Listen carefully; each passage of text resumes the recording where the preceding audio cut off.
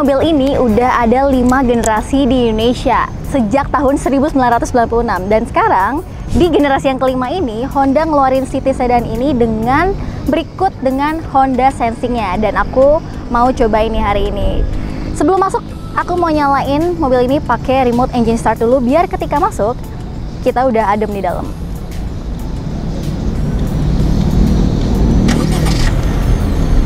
Dan jangan lupa like, comment, share, subscribe di channel otomotif Kompas.com. Yuk!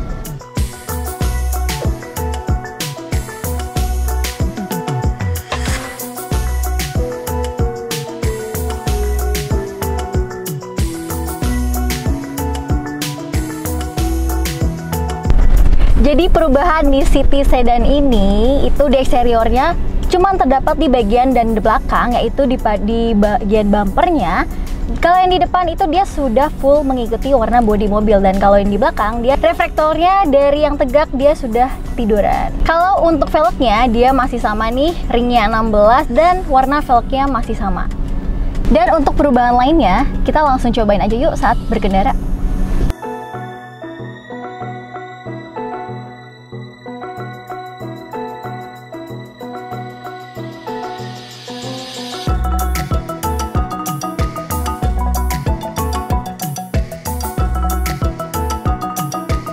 Overall mobil ini itu hampir sama lah dengan pendahulunya dari tahun yang 2020.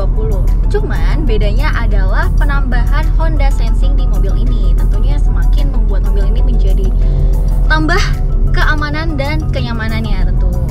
Kemudian untuk mesinnya sendiri sama nih dengan yang terdahulu, yaitu masih tenaganya 119 tenaga kuda dan torsinya 145 Nm dan cc-nya 1500. Dan mobil ini mesinnya itu sama dengan yang di mobil Honda BR-V dan WR-V. Nah, fitur-fitur yang didapat apa aja yang ada di Honda Sensing ini? Yang pertama ada adaptive cruise control. Nah, kalau yang lama itu masih cruise control aja, nggak ada adaptifnya. Dan sekarang sudah adaptif. Cruise control itu jadi bisa menjaga jarak aman lah dengan mobil atau kendaraan yang ada di depan mobil kita. Nah, adaptive cruise controlnya itu bisa digunakan dari 30 km per jam. Sedangkan untuk lane keep assist-nya itu tadi kita coba di jalan tol baru bisa digunakan setelah mencapai 70 kpj.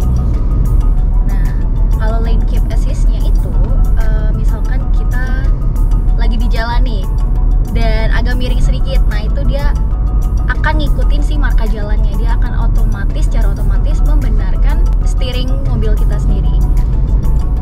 Kemudian ada collision mitigation brake system. Nah, itu gunanya apa? Jadi ketika mobil depan itu melambat, terus dia atau dia melakukan pemberhentian mendadak, jadi mobil ini bisa mencegah terjadinya kecelakaan atau nabrak gitu. Jadi mobilnya otomatis ngerem. Fitur-fitur lainnya itu ada lead car departure. Jadi kalau mobil depan nih di lampu merah udah jalan gitu, maka dia akan kasih kita alarm nih kalau depan ini posisinya sudah jalan. Jadi kita harus jalan juga gitu.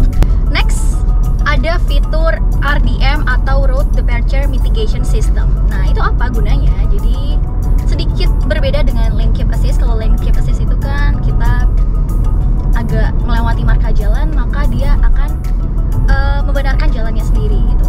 Kemudian kalau misalkan RDM itu gunanya lebih ke ngasih kita alarm kalau misalkan nih kita ngelewatin marka jalan, maka dia akan ngasih vibration di setir kita. Kemudian kalau kita ngelewatin marka jalan yang bentuknya solid, pembatas jalan yang solid gitu, dia akan ngasih kita alarm bip-bip gitu. Sisanya seperti ABS, VSA atau Vehicle Stability Assist, terus Hill Start Assist, dan Auto High Beam itu masih ada seperti yang di versi sebelumnya. Honda juga menyematkan fitur Walkaway Auto Lock pada Honda City Sedan. Fitur ini berfungsi mengunci pintu mobil secara otomatis setelah pengendara meninggalkan kendaraannya dengan jarak sejauh 2 meter. Untuk head unitnya, itu dia udah bisa Apple CarPlay dan juga Android Auto.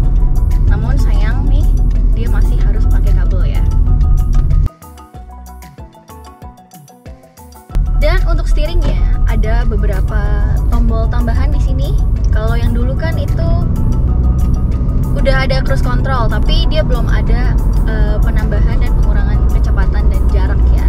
Namun sekarang karena udah adaptif, dia sudah ada tombol untuk pengurangan dan penambahan kecepatan tersebut. Kemudian udah ada juga tombol lane keep assist-nya nih. Jadi tentunya semakin nyaman lah kita untuk mengoperasikan apa yang ada di steering wheel ini. Tapi sayangnya ada yang berasa kurang nih, karena dia gak ada Honda Lane Watch yang letaknya itu di spion kiri, gunanya untuk melihat blind spot nih.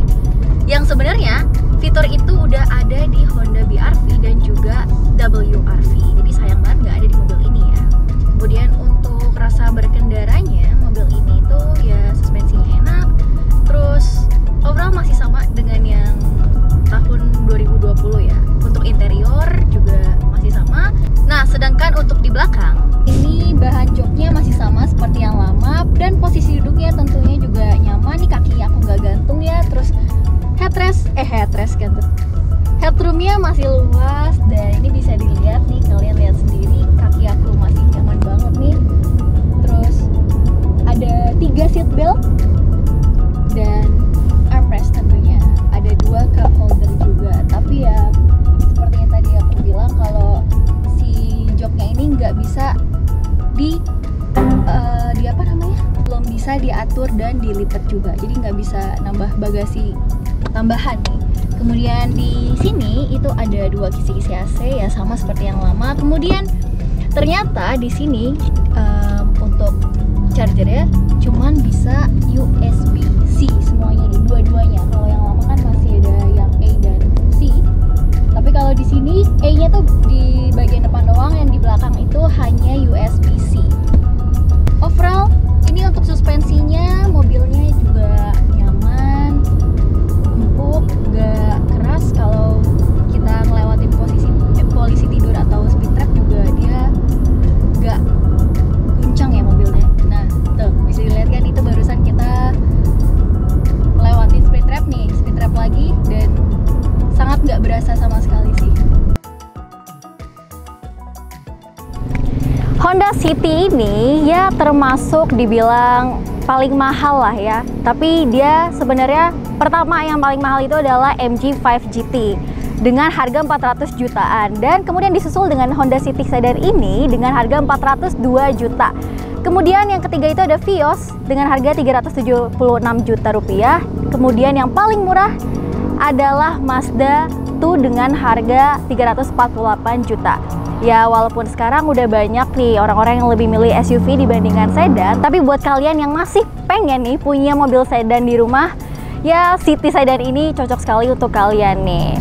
Overall mobil ini nyaman untuk dibawa, dikendarai gitu, masih nyaman banget, dan bisa dibilang desainnya masih oke lah ya. Fitur-fiturnya pun sangat membantu saat aku mengendarai mobil ini. Kayak contohnya yang tadi aku udah sebutin ya, ada beberapa sangat membantu, makin nyaman tentunya, dan juga makin tambah rasa aman tuh di mobil ini ada banget guys. Jadi overall mobil ini bagus, nyaman, dan tentunya aman. Tapi sayang minusnya dari mobil ini itu di baris kedua joknya itu nggak bisa dilipat nih. Jadi ya nggak bisa buat tambah bagasi yang lebih banyak lagi.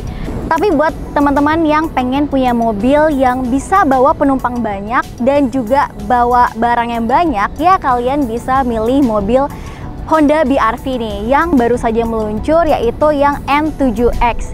Tapi ya tentunya rasa berkendaranya beda karena ini sedan dan BR-V itu adalah LSUV. Jadi segitu dulu guys review Rarin kali ini untuk Honda City Sedan ini. Jangan lupa like, comment, share, subscribe di channel otomotifkompas.com, dan sampai jumpa di video-video kami selanjutnya.